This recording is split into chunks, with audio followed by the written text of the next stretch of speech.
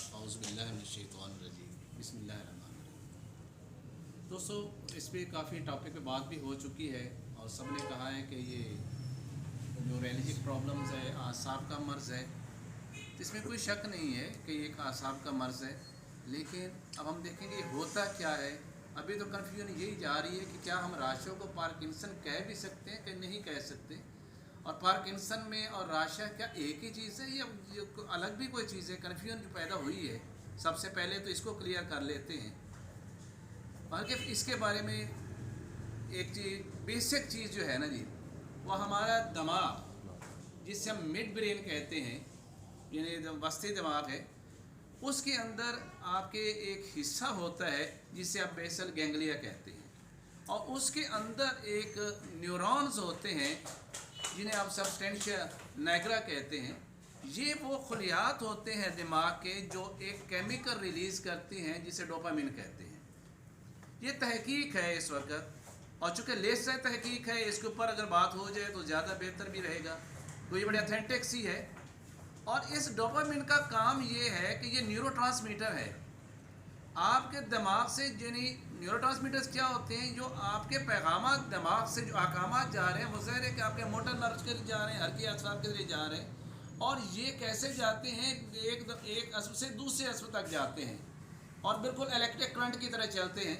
तो ये वो चीज़ें इस पर काम करती हैं, उसे न्यूरोट्रांसमीटर कहते हैं। और डोपामिन बेसिकली एक न्यूरोट्रांसमीटर है। अब होता क्या है कि ये जो खलियात जिससे मैंने आपने कहा है कि ये सबस्टेंशिया नाइग्रा जो है, किसी वजह से ये डेड हो जाए तो फिर ये केमिकल रिलीज़ नहीं करता।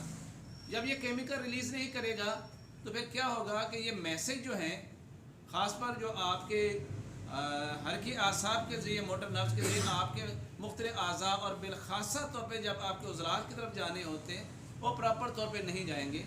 तो फिर क्या होगा कि उज़लात की हरकत जो है वो सही नहीं रहेंगी, वो आपके आउट ऑफ कंट्रोल हो जाएंगी। अब इसके एक चीज़ तो ये है कि जब ये कंट्रोल नहीं है, मतलब ये है कि जब ये नहीं होगा तो आपकी हरकत सुस्त हो जाएंगी। जहाँ पर हरकत तेज़ हो रही हैं उससे राशा नहीं कहते, उससे कोरिया कहते हैं। वहाँ पर डोपामिन कम नहीं होता, ज़्यादा हो जाता है। फ़र्क रख लीजिएगा। ये राशा का मतलब ये होता है कि रफ्तार का सुस्त हो जाना, हाइपोकाइनेसिया। हाइपो मीन लो, जब ब्राइडिकाइनेसिया, ब्राइडी मीना स्लो और काइनेसिया में मूवमेंट। जब हरकत कम हो जाए तो वो राशा होता है। जब हरकत ज़्यादा हो जाए वो राशा नहीं होता, वो कोरिया होता है। जबकि मैंने देखा है अपनी तिब्बी कई किताब के अंदर उन्होंने राशा का मतलब भी कोरिया लिखा हुआ है। भाई राशा के अंदर तो डोपामिन कम हो रहा है, जिनमें हरकत ज़्यादा हो रही है वो तो राशा है ही नहीं।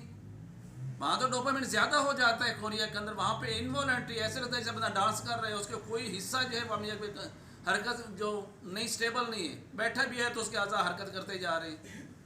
जबकि राशा के अंदर रेस्टिंग कंडीशन के अंदर आपके आज़ा हरकत करते हैं।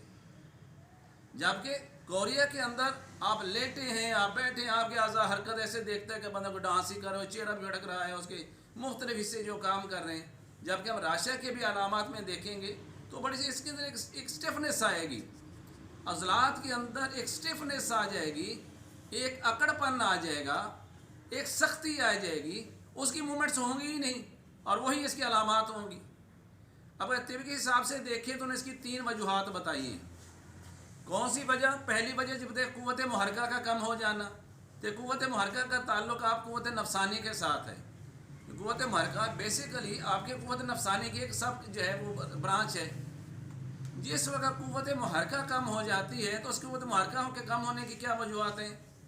खौफ और नदामत। अगर किसी शख्स पे खौफ और नदामत किसी वजह से भी हो जाए तो उस वक्त भी डोपामिन की पैदाइश कम हो जाएगी, और उसके जो है मुख्तलिफ के जैसे हाथ हैं या उसका सर है या उसका इवन के पाँव हैं, उसके अंदर गैर इरादी हरकत होना शुरू हो जाएगी।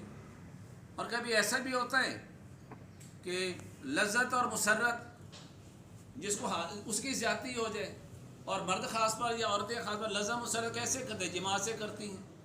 जब जैसे जैसे जिमा ज़्यादा करता चला जाएगा लज्जत और मुसर्रत हासिल करने के लिए, उसकी वजह से उसके इन आसाब के अंदर, दिमाग के इस हिस्से के अंदर ज़ो वाक़या हो जाएगा, और फिर ये वहाँ पर ये जो खुलियात हैं जिसे मैंने कहा है कि ये अब सब्सटेंशिया नाइग्रा है, ये इनको सही तौर पे ग़िज़ा नहीं मिलेगी और ये डेड होना शुरू हो जाएंगे।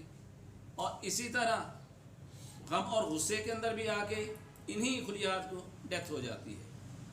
और दूसरी इसकी बड़ी वजह क्या बनेगी कि वो आलात जो हरकत देते हैं उनके अंदर ख़राबी पैदा हो जाए। तो हरकत का ताल्लुक़ किन के साथ है? आपके उज़लात के साथ है। अगर उज़लात के अंदर ही ख़राबी पैदा हो जाएगी तो भी राशा पैदा हो जाएगा।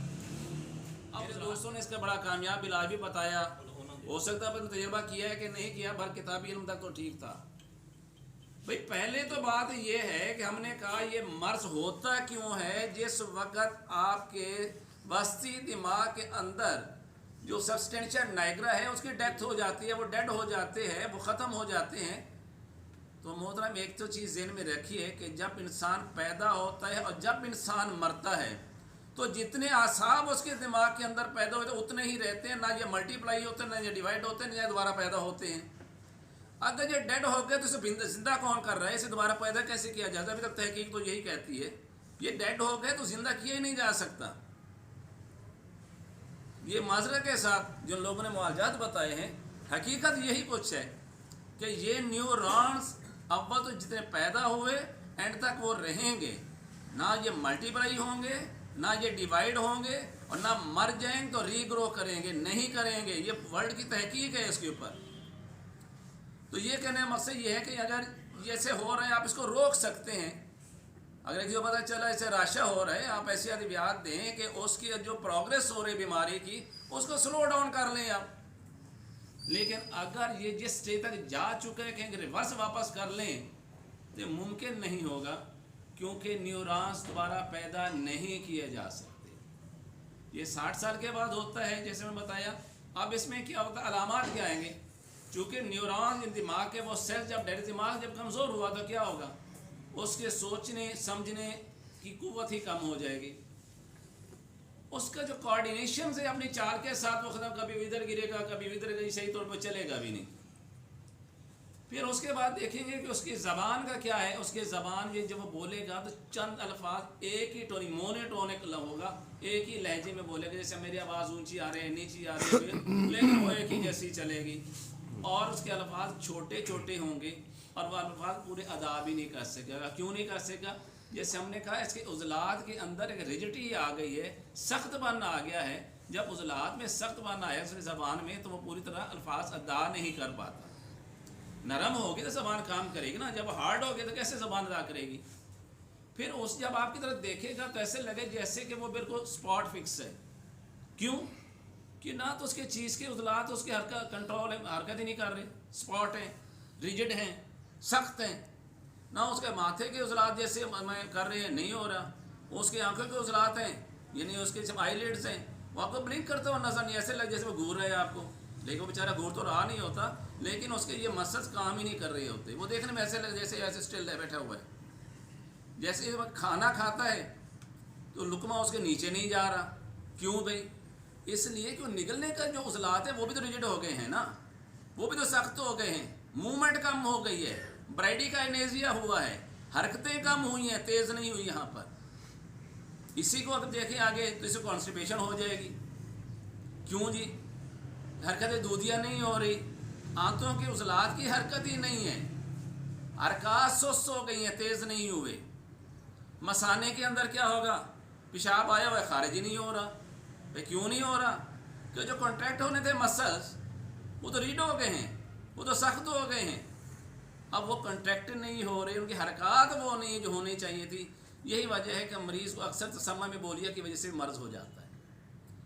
इसी तरह हम जो सांस लेते हैं तो हमारा डायाफ्राम है, अपनी मर्ज़ी से हम नीचे रोक भी सकते हैं ना, सांस लंबा लेना है निकालना है। जब वो रिजिड हो गया, वो सख्त हो गया, उसमें सलाबत आ गई है, तो फिर क्या होगा? वो आपकी हरकत के ताबे नहीं रहता, जिस वजह से आपका सांस प्रॉपर नहीं आता और अक्सर राशि के मरीज़ों को इस वजह से डेथ हो जाती है। तो ये इस तरह अगर इससे और बड़ी अलामत है, जब आप इसके यहाँ पर उंगली रखेंगे उसकी आंखें ब्लिंक करना शुरू कर देंगी। ये इसकी बड़ी पहचान होगी कि इस मरीज़ को राशा है। तो ये इसकी मखसूस अलामात हैं لیکن سب سے زیادہ جو راشا پایا گیا ہے وہ بزرگوں میں ہی پایا جاتا ہے، اور وہ برودت کی وجہ سے ہی پایا جاتا ہے۔ کن وجہ سے؟ جو ایسے لوگ ایک تو 60 سال کے بعد ہونا، اس سے پہلے کم ہی ہوگا، اس سے پہلے ہوگا وہ راشا نہیں ہوگا، وہ کوریا ہوگا، یہ میں آپ کو بتا دوں۔ اس کی عمر کا ایک حصہ جہاں جا کے اس نے ہونا ہے، ہوگا کیا؟ یعنی اس میں کوئی سرد ماحول میں چلے گیا، بہت زیادہ ٹھنڈی خزاؤں کا استعمال کر لیا، اس کی وجہ سے برودت اعصاب کے اندر چلی گئی، اس کے سے دماغ کے اس حصے کو جس سے ہم نے کہہ رہا ہے سٹینشن نائگرا، سبسٹینشن نائگرا، اس کو پراپر طور پہ بلڈ کی سپلائی نہ ہوئی تو ڈیڈ ہونے شروع ہو گئے، اور یہ بتدریج کم ہوتا چلا جاتا ہے۔ اس کے سٹیجز ہوتے ہیں، 5 سٹیجز ہوتے ہیں۔ ایٹ دا لاسٹ سٹیج کے اوپر جا حل کیا ہے کہ حرارت کو پیدا کیا جائے، اور حرارت کیسے ہوتی ہے؟ آپ اس وقت مریض کو خشک اور گرم مزاج کی ادویات دے دیں، چاہے شدید 3 کیوں نہ دے دیں، اس کے علاوہ کوئی بھی ایسی دوائی دے دیں جو عضلات میں حرکت دینے والی ہو، حرکت سے باہر کے حرارت پیدا ہوتی ہے۔ وما علینا الا البلاغ۔